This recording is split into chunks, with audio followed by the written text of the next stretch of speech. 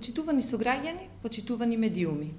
Во период кога епидемијата е веќе ставена и се држи под контрола, ние мораме полека да се враќаме во нормала, но и да се научиме да живееме со коронавирусот.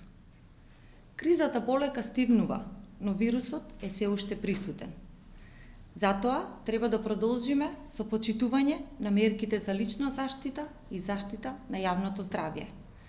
Тоа подразбира носење на заштитна опрема на лицето, држење соодветна дистанца и редовна дезинфекција на рацете. Новата нормалност значи дека ќе мораме сите активности и обврски да ги извршуваме согласно протоколите за заштита од коронавирусот. Во новата нормалност ќе се одвиваат сите процеси во нашето општество.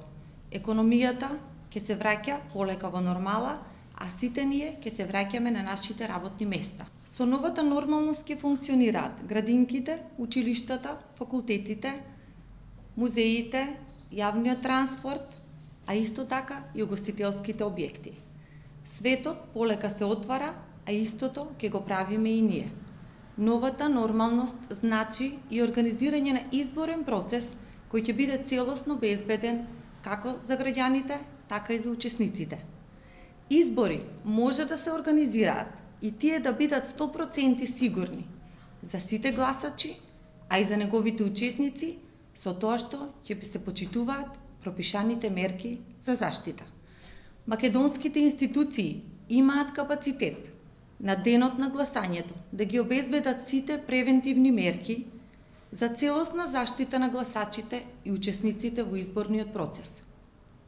Истовремено, политичките партии имаат обврска и одговорност да организираат безбедни кампањи без масовни собири согласно мерките за заштита.